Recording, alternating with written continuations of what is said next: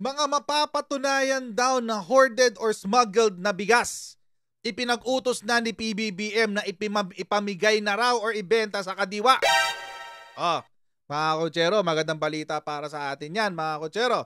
Pero bago natin pag-usapan yan, tayo muna ay magbibigay po guys sa mga kaibigan natin sa Sendwave. Kung kayo po ay nasa US, UK, Canada, Italy, France, Spain, Ireland, and Belgium, ay pwede na po ay magpadala sa Pilipinas nang wala pong remittance fees at gagamitin nyo lang po sa mga kotsero si Sendwave. Ang gagawin nyo lang, i-download po ang Sendwave app at gawa po kayo ng account at ilagay nyo po inyong bank account dyan sa app. At pwede na po ay magpadala sa Pilipinas sa pamamagitan ng GCash, pawn shops at iba't ibang mga bangko sa Pilipinas. At kapag ginamit nyo po ang promo code na Coach Jarrett, ay makakakuha pa po kayong karagdagang $20 free credit. Ayan, kaya mga kutsero, gamitin na po si Sendwave for all of your remittance needs. Alright, here we go. So mga kutsero, kanina, may nahuli na naman. Apat na warehouse ang namataan or nahuli na posibleng merong kaso na smuggling. Bigas ulit guys, bigas ulit. So ito, pakita ko sa inyo yung balita. Yan.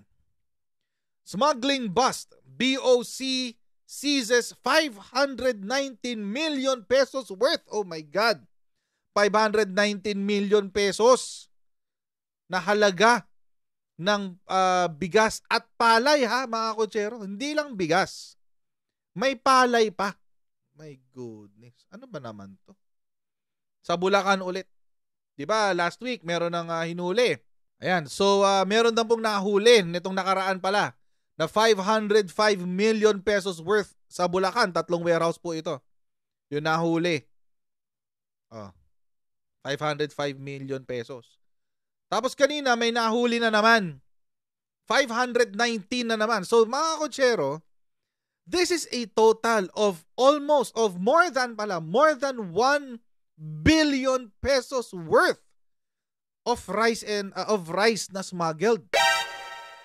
Higit 1 bilyong piso ng halaga ng bigas ang naho-hoard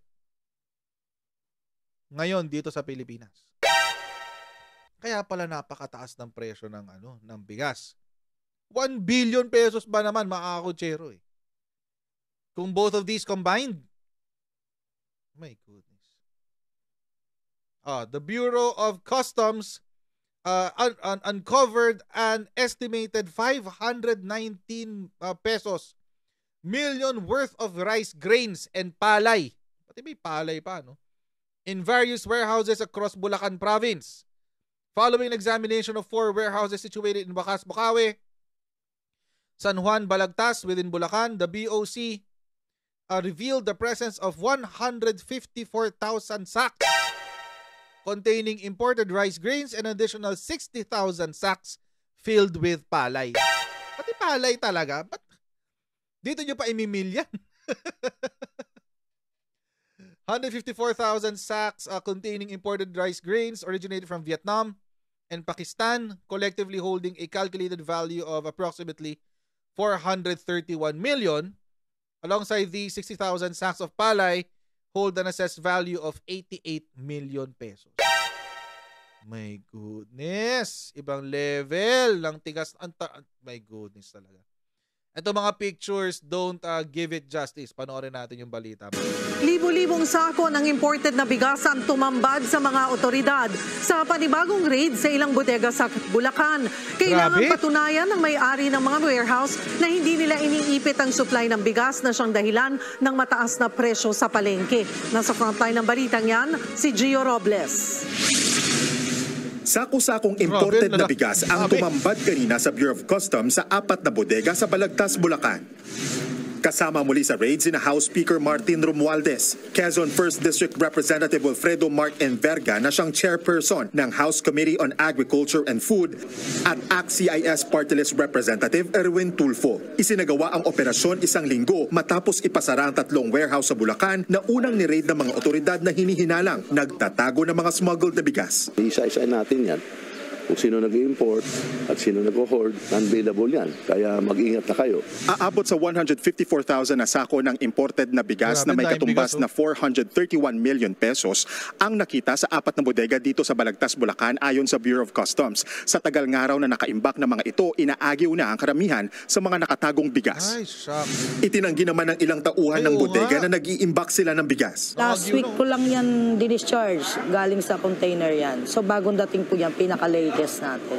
Wala pa pong isang linggo. Bukod sa bigas, may nakaimbak ding aabot sa 60,000 sako ng palay sa naturang bodega. First time po tayo nakakita ng nakatago dito sa mga warehouse na ating mga napasok. Ito lang po yung first time tayo nakita ng ganito karaming palay na tinatago o naka-store. Patunay raw ito na sapat ang supply ng palay at bigas sa bansa, kaya hindi dapat tumaas ang presyo sa palengke. Yung sa Maynila, sinasabi na wala daw supply. Hindi pala totoo, ang daming supply. Kaya doon sinasabi na tumataas kasi wala daw supply. So may nag-iipit dito. May mga natanggap ding ulat ang BOC na may mga bodegang naghahalo o naglilipat ng imported na bigas sa mga sako ng local rice. Modus daw ito ng ilang rice importer para iwas inspeksyon ng customs. Pinalaga naman niya ng ilang opisyal ng mga warehouse. Ilipat pa yan, lalong tataas yan. Kasi ang imported, ilipat mo pa sa commercial, ang taas ng commercial, wala rin, hindi rin mabibili. Pansamantalang isinara at kinandado ang 4 na warehouse ng bigas sa Bulacan.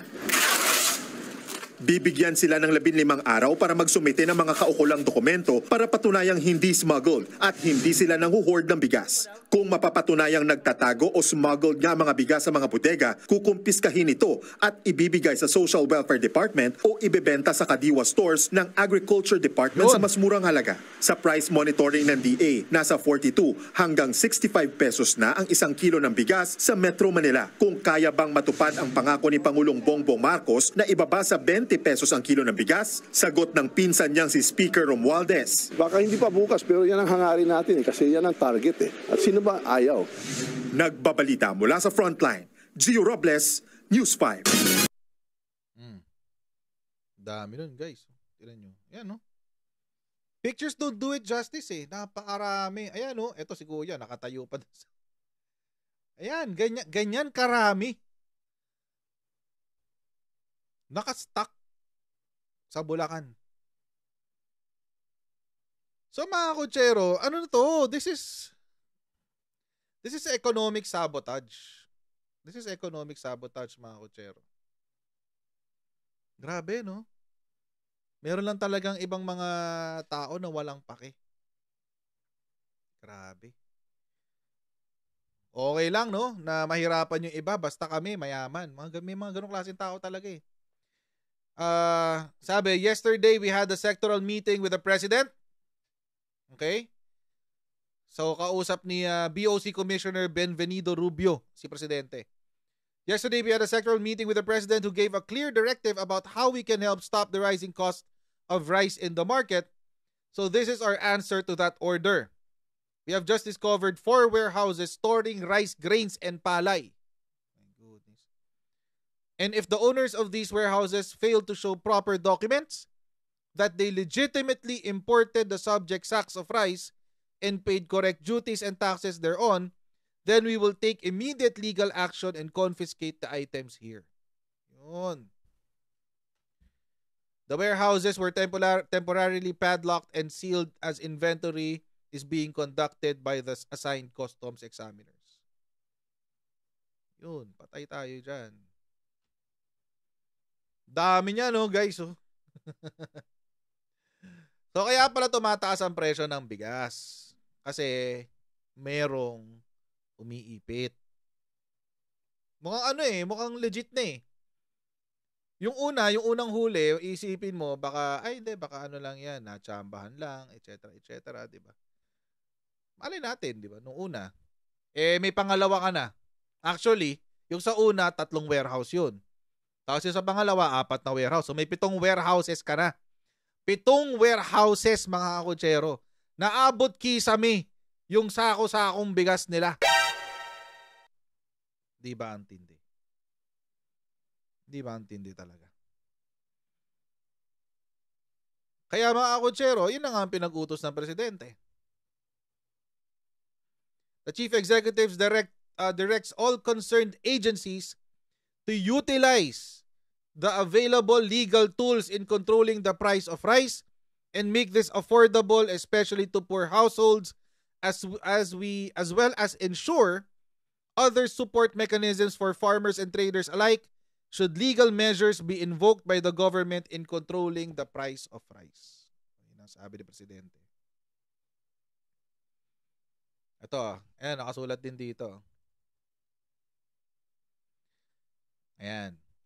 During the sectoral meeting, Marcos instructed the Bureau of Customs to coordinate with the DA to study possibilities of donating seized rice to the Department of Welfare and Department of Social Welfare and Development. Malacanang press briefer Daphne Osenia Paez told Palace reporters that after the sectoral meeting, Marcos directed the BOC to continue the warehouse raids to address hoarding and illegal importation of rice. So pinag-aaralan na mga kakutsero kung paano magagamit itong libo-libong sako ng bigas na maaaring makumpiska ng ating administrasyon dahil they were smuggled illegally dito sa ating bansa. Inismuggle na nga, hino-hoard pa. Diyos ko, my goodness. Ay, kung sino man yung mga negosyante na to, Diyos, sana po hindi sumasakit ang mga tiyan nyo kapag kayo ay kumakain. kasi wala kayong awa, hindi na kayo naawa sa mga ordinaryong tao tulad namin. My goodness. Pakasasa kayo dyan, tapos kami gutom. Ibang level.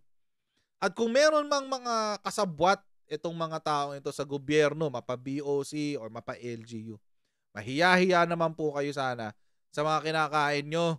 Sana magpatuloy ang hindi pagsakit ng tiyan nyo. Pero hindi man po sumakit ang mga tiyan nyo, sana bulabugin po kayo ng inyong mga konsensya na hanggang sa mga kaapu-apuhan nyo, hindi kayo makatulog at hindi kayo mapipirme dahil sa mga kalokohang pinagagawa nyo. Grabe. Ibang level.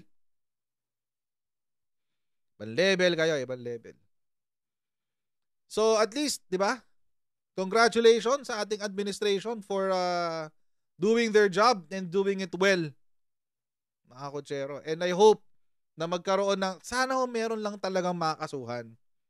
Kasi tulad nung sa sibuyas, hanggang ngayon, nag-iintay pa rin tayo ng update kung meron bang nakasuhan. Mukhang wala pa rin.